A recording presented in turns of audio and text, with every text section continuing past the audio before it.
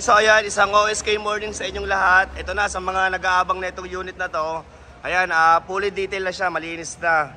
Ito para sa mga nagkaka-interest, 2021 model, Toyota Hilux Conquest B. Ayan, 2.8 liter diesel engine 4x4. Ayan, automatic transmission, kulay red. At napakababa pa ng mileage nito. Ayan, ang gwapong-gwapo. With only 30,000 mileage only. At pati loob nito napakasariwa pa. Ayan, sa may gusto nito, ayan yung aking contact number. Tawag or text kayo ahead of time or one day before, syempre, para ayan, may ready ko yung unit. Kasi ito, minsan ginagamit-gamit eh. Okay, at saka kung available pa siya para hindi sayang yung punta natin. Ayan, brand new condition, kulay red, diesel engine, 30,000 mileage only, 1,568,000 ang kanyang asking, 1.568. Pero syempre, super negotiable pa yan. At kasama na rin transfer of ownership at rehistro kung pasuna. So ayan o. At loaded na siya. Meron na siya dito sa likod. Meron siyang carrier. At meron siyang parang bubong dito. Ayan. At saka ito, dalawa susi, first owner, complete papers na rin, ready to transfer na. Ayan, naka-stepboard. Sa gulong, bagong-bago pa yung kanyang gulong. Syempre, naka-mugs. Ayan, at naka-full garnish set na rin. Naka-tint. At ito, rain visor. Ayan. Okay, so pakita ko lang yung loob na ito. Yung kanyang loob, oh. Ayan, kahit sa loob dyan, napaka-fresh pa. Ayan, sa dashboard. At may bago pa to, ah. Ayan, syempre, naka-monitor na rin. Ayan, push start button. 4x4. Ayan, 2.8 liter. At ito, naka-premium leather seat, oh. Napakaganda ng kanyang seat cover. At syempre, para sa gusto magpagawa ng ganito, ayan, mag-chat lang kayo sa Facebook page na yan.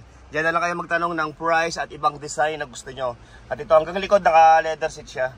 Ayan, sobrang sariwa, naka ano na rin, steering wheel cover, at pati yung kanyang mga controls at logo. Ayan, napaka-sariwa pa. Ayan, syempre, meron na rin siyang armrest. Ayan, compartment dyan.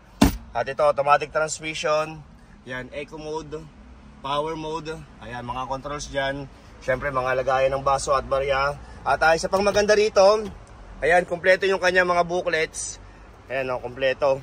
Okay, first owner to, dalawa susi. Ayan, all original. Dinala lang to rito. Pinakita ko naman sa inyo yung bagong tating pa lang siya. Ayan, linis lang. At ito yung kanyang susi, oh. Ayan, tatlo pala susi nito. Okay, sa may gusto nito, unahan na lang kayo kasi bihirang-bihira lang tayo magkaroon nito.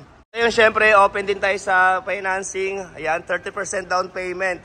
Syempre, may chattel mortgage at insurance pa kayo na babayaran. At para sa gusto ng trade-in, ayan, mag-comment na lang kayo dito kasi depende sa unit yan dahil syempre, may mga unit na hindi tayo kinukuha, lalo yung mga manual transmission, medyo mahirap mabente.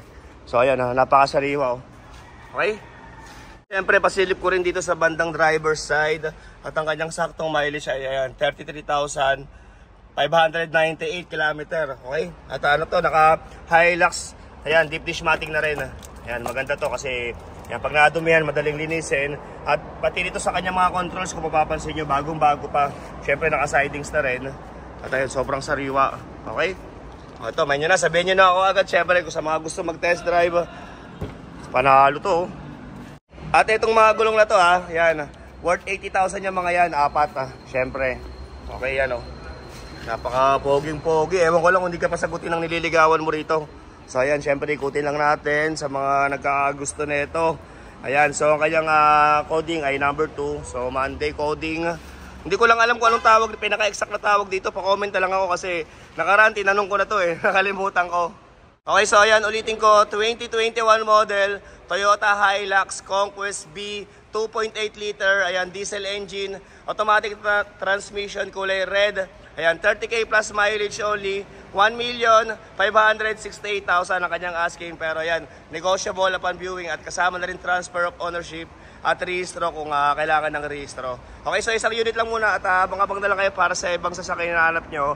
Ayan, kasi medyo busy lang ngayon at ayan, marami lang ginagawa. So hindi ko pa may vlog. At para sa mga nagre-request ng mga van, marami din tayo. Siyempre may mga ibang pick up pa tayo rito. Comment na lang kayo para sa ibang sasakyan na hinahanap nyo.